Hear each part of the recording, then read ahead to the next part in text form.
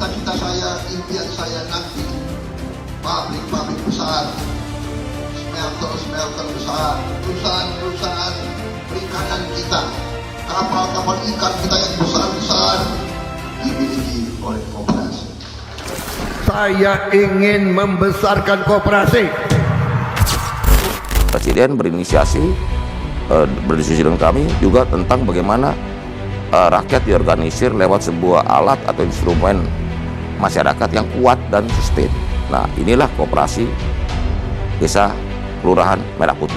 Menteri Koperasi Budi Ari Setiadi mendorong percepatan modernisasi Koperasi Desa Merah Putih dengan berkolaborasi bersama koperasi lain yang telah lebih dulu melakukan transformasi digital. Hal itu diungkapkan Menteri Koperasi Budi Ari Setiadi di sela rapat anggota tahunan Koperasi Simpan Pinjam Nasari di Jakarta. Tadi juga Pak Menteri memberikan mandat bahwa kami para gerakan koperasi, terutama yang dianggap sebagai role model di Indonesia ini, untuk mendukung, mensupport program yang sangat-sangat mulia dari Bapak Presiden Prabowo Subianto. Koperasi Desa Merah Putih didorong untuk terintegrasi melalui inovasi digital. Pemerintah berharap peluang kolaborasi strategis bersama KSP Nasari dalam penguatan sektor koperasi nasional dapat mengakselerasi kemajuan koperasi. Penggunaan digital untuk semua aspek kehidupan, ya, atau disebut transformasi digital, itu keniscayaan, itu harus pasti.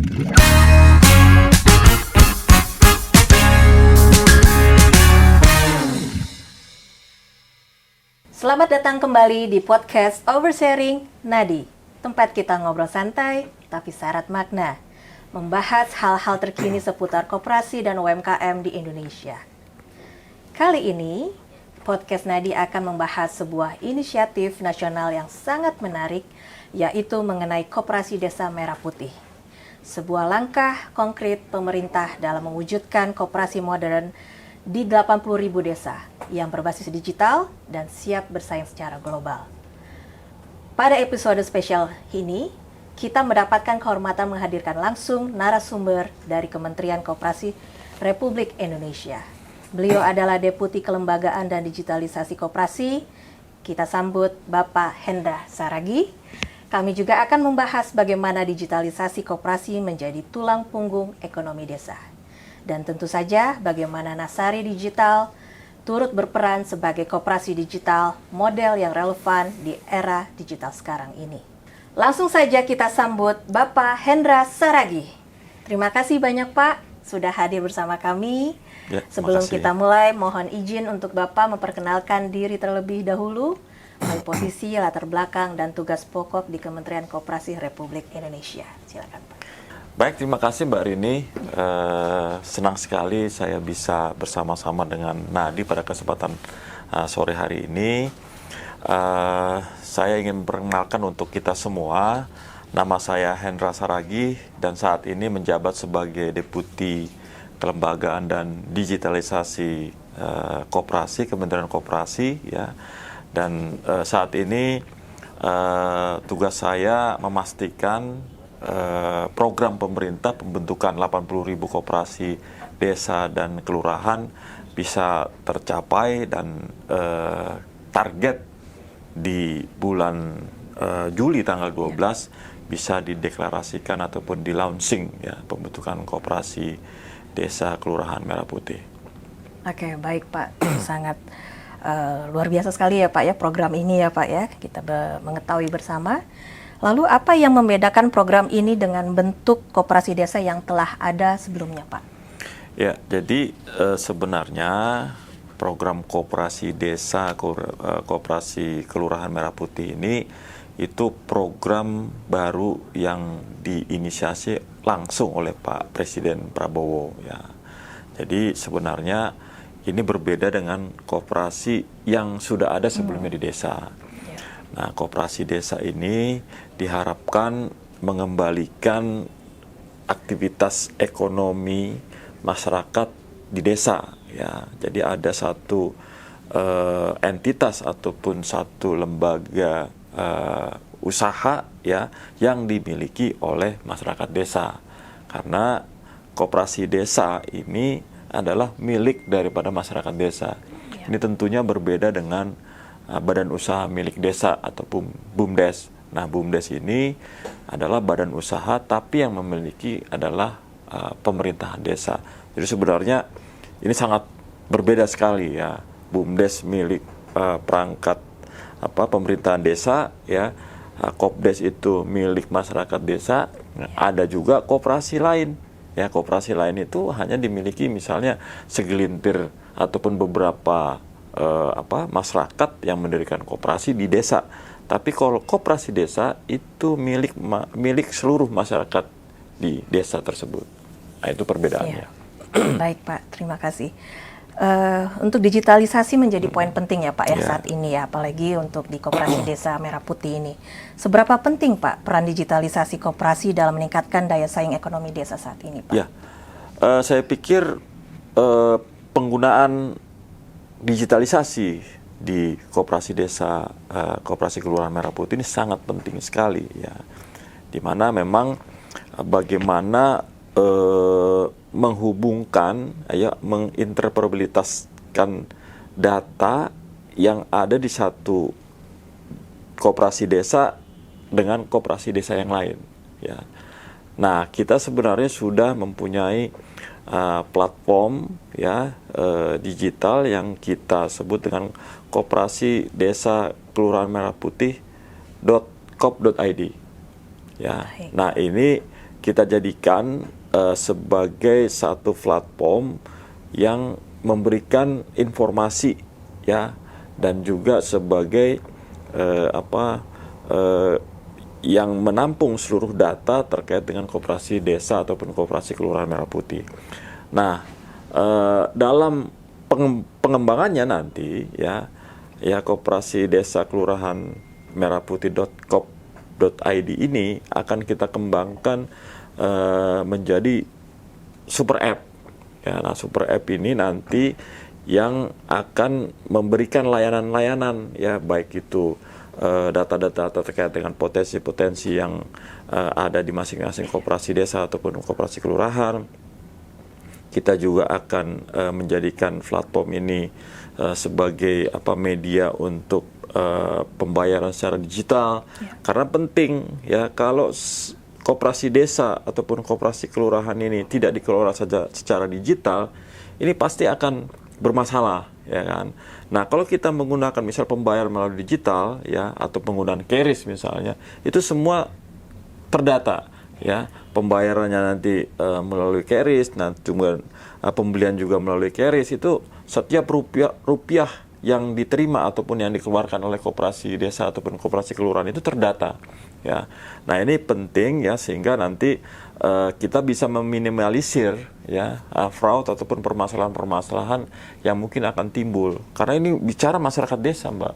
Ya kan, masyarakat desa ini ya tentunya sangat rentan ya terkait dengan SDM ya, penguasaan terkait dengan pengelolaan keuangan dan lain sebagainya. Nah, dengan digital nanti kan kita berikan pelatihan-pelatihan e-learning ya, e-course ya, terkait dengan pengelolaan keuangan, terkait dengan manajemen koperasi dan lain sebagainya. Dan saya pikir ini sangat penting ya, dan harus kita gunakan digitalisasi dalam pengelolaan koperasi desa Kelurahan Merah Putih.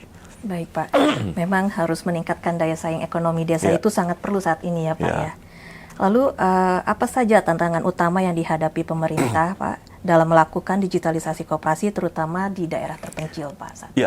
Jadi saya pikir tantangannya itu dalam kondisi saat ini itu banyak sekali ya. Pertama terkait dengan penguasaan baik itu pengurus maupun pengelola terkait dengan sistem digital ya. Nah, itu saya yakin dan percaya ini pasti sangat minim sekali penguasaan mereka ya. Nah, pengurus maupun pengelola yang sudah terbentuk pada saat ini ya, itu pasti belum dapat pelatihan-pelatihan ya. Nah, ini kita akan coba berikan pelatihan-pelatihan kepada mereka sehingga mereka itu bisa mengelola koperasi desa, koperasi kelurahan dengan sesuai dengan ketentuan lah kira-kira seperti itu. Terus kemudian juga terkait dengan sinyal, ya coverage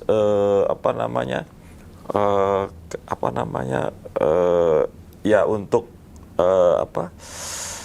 koneksi internet, ya, Pak. Nah ini memang jadi permasalahan tersendiri ya. Berdasarkan data juga ada sebenarnya 10.000 desa itu yang belum terlayani listrik ya, PLN. Ya, apalagi yang desa yang belum dapat terjangkau internet. Nah ini jadi permasalahan sendiri ya.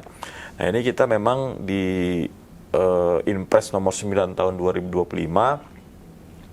salah satu tugas daripada Kementerian Kominfo yaitu memastikan coverage daripada internet ya, sehingga semua desa itu bisa tercover ya internet ya. Kalau kita bicara digital, ternyata kan coveragenya juga masih belum bisa mengcover seluruh desa, ya percuma juga ya, karena Indonesia itu negara kepulauan, banyak juga desa-desa yang susah dijangkau. Dia harus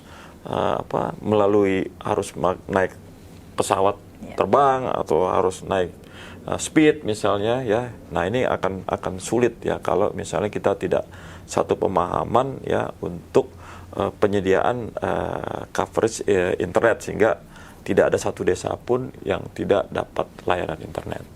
Baik Pak, terima kasih untuk penjelasannya Pak.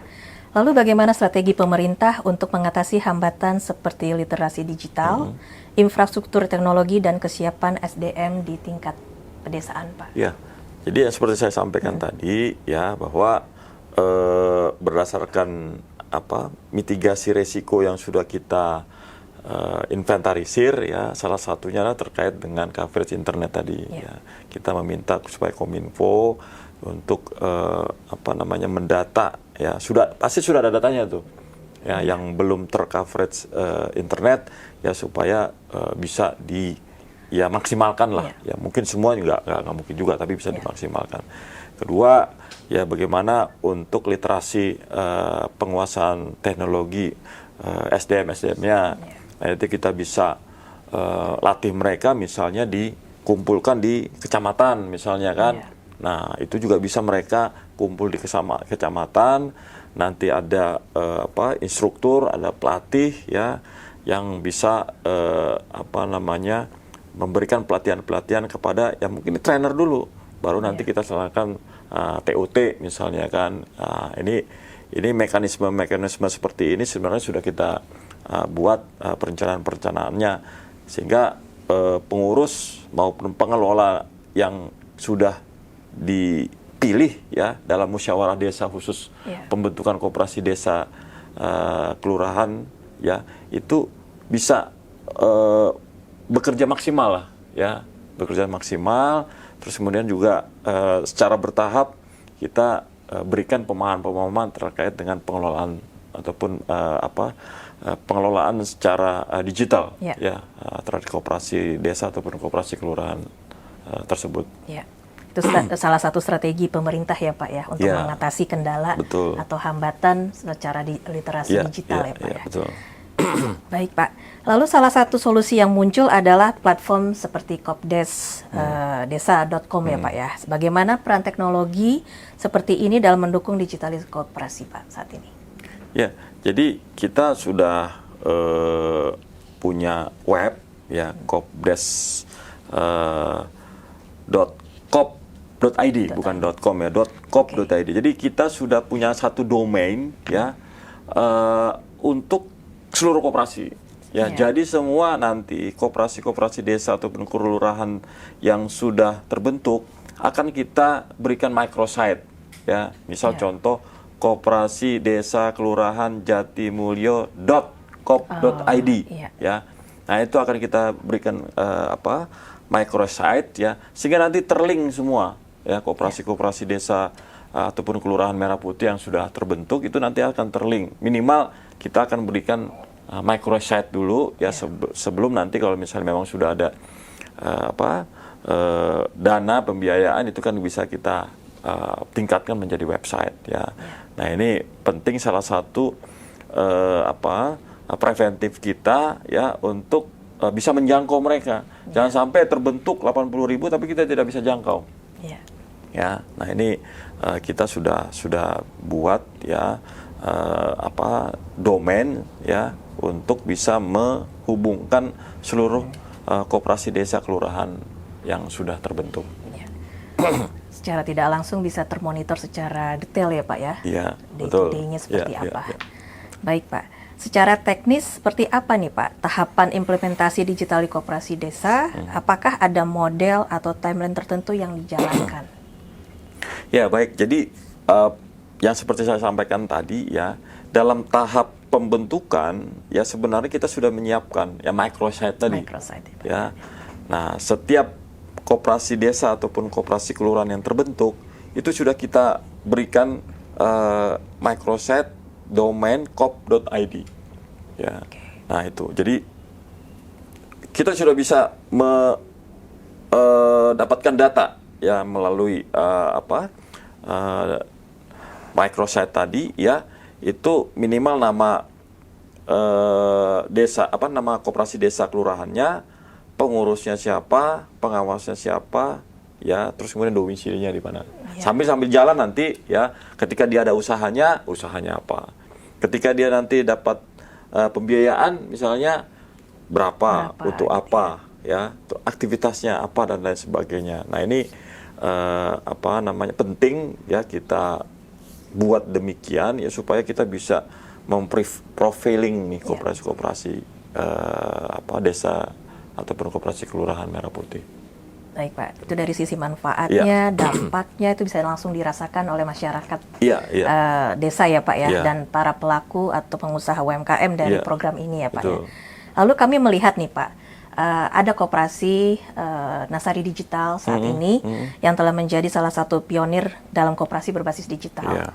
Bagaimana Bapak melihat peran koperasi digital saat ini Pak, yaitu Nasari Digital sebagai role model koperasi saat ini Pak? Iya, jadi penggunaan digital ya untuk semua aspek kehidupan lah ya, atau disebut transformasi digital itu keniscayaan.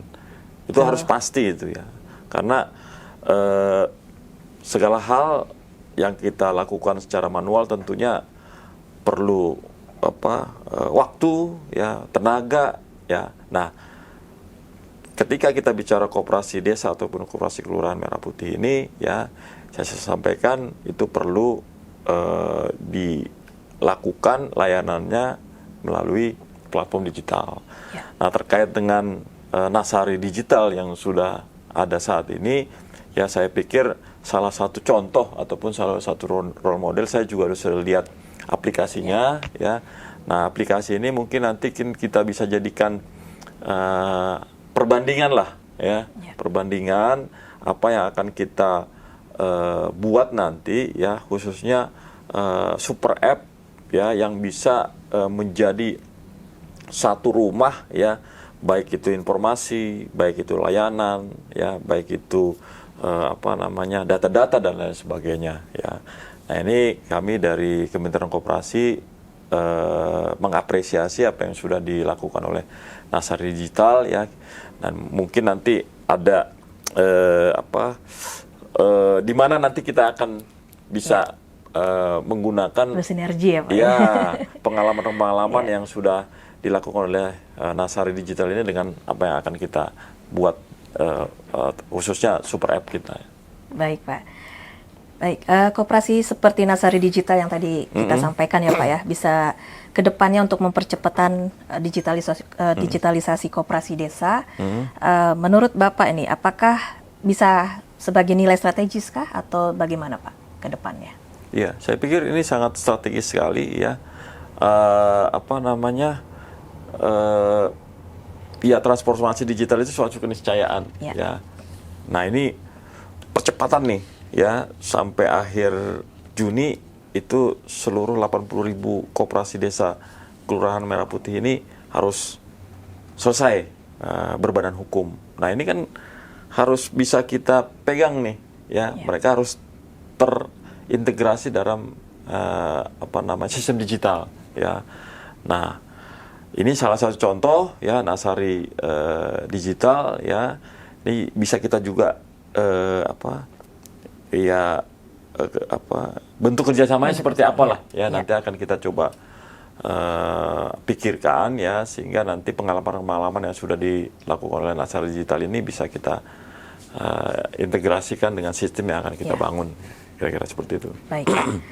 Ya, untuk menjelang peluncuran resmi program ini yang direncanakan berlangsung di Banyumas pada rencananya di bulan Juli ya Pak ya, tahun 2025 ini, bagaimana nih Pak persiapan yang sudah dilakukan dari Kemenkop sejauh ini? Ya, kalau Hardkop ya, kan ini rencananya 12 Juli peluncurannya di Hardkop, Hari Koperasi.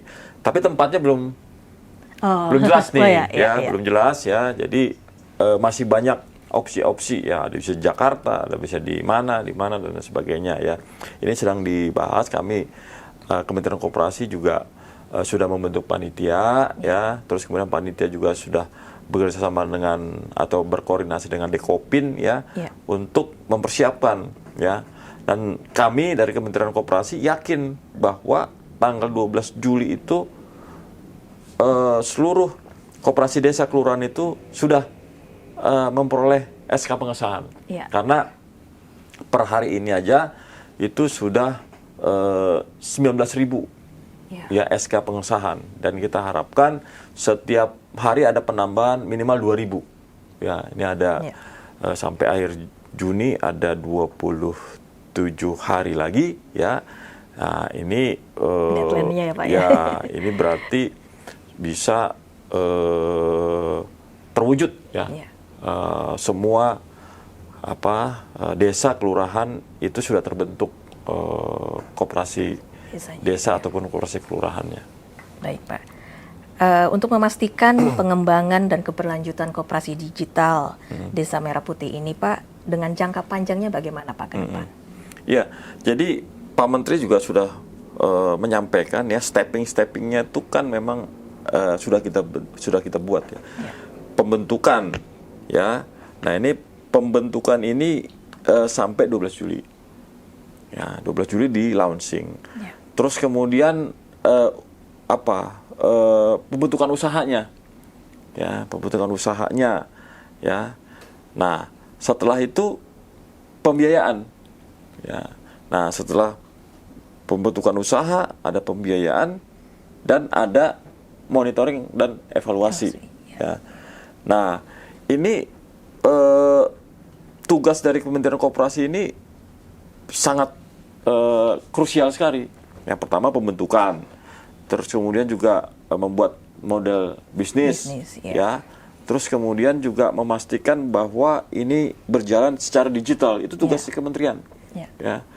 Dan yang di ujung adalah melakukan monitoring dan evaluasi. Mengawasi juga ya, Pak ya. Dan pengawasan. Pengawasan. Dan kita memastikan bahwa koperasi ini bisa berjalan ya. Terus kemudian ya tidak ada masalah. Ya, tidak ada masalah, dan memang itu bisa kita lakukan melalui platform digital. Kita bisa memastikan bahwa usaha yang dilakukan, terus kemudian aktivitas keuangan mereka itu bisa kita pantau ya melalui sistem yang sedang kita develop ya pada saat ini. Kira-kira itu Mbak. Ya, oke Pak. Untuk tadi pasca peluncuran ya Pak ya, setelah nanti jangka panjangnya dan pengembangannya yang sudah dijelaskan, lalu dari sisi pengembangan teknologi atau dukungan regulasi dari pemerintahan bagaimana Pak? Jadi steppingnya tadi kan udah ya, pembentukan, usahanya ya, terus kemudian pembiayaan, terus kemudian ada monitoring dan evaluasi ya. Nah, ini jadi sistemnya sedang kita bangun ya. Terus kemudian juga regulasinya sedang kita inventarisir, misalnya satu data misalnya kan. Terus kemudian terkait dengan penggunaan aplikasi untuk pembayaran misalnya, itu juga perlu regulasi sehingga apa yang dilakukan ya, layanan yang dilakukan oleh melalui aplikasi ini itu tercover oleh regulasi ya. Nah ini sedang kita susun ya baik itu regulasi ya, terus kemudian sistem pengawasannya ya, sehingga ketika ini sudah terbentuk ya sudah siap ya seperti itu ya. Jadi saat ini kita masih fokus sampai 12 Juli untuk memastikan pembentukannya ini, karena kalau udah lewat ini momennya udah pas ya Pak ya. Ya udah nggak ini lagi lah ya kalau kita lewat ya. Nah ini kita harapkan 12 Juli baru kita bicara usaha, baru kita bicara pembiayaan, dan kita lakukan evaluasi terkait dengan pengawasannya. Baik. Itu Mbak. Ya, baik Pak Hendra, terima kasih banyak Pak untuk penjelasan dari pertanyaan tadi dan atas waktu dan pemaparannya yang sangat insightful hari ini.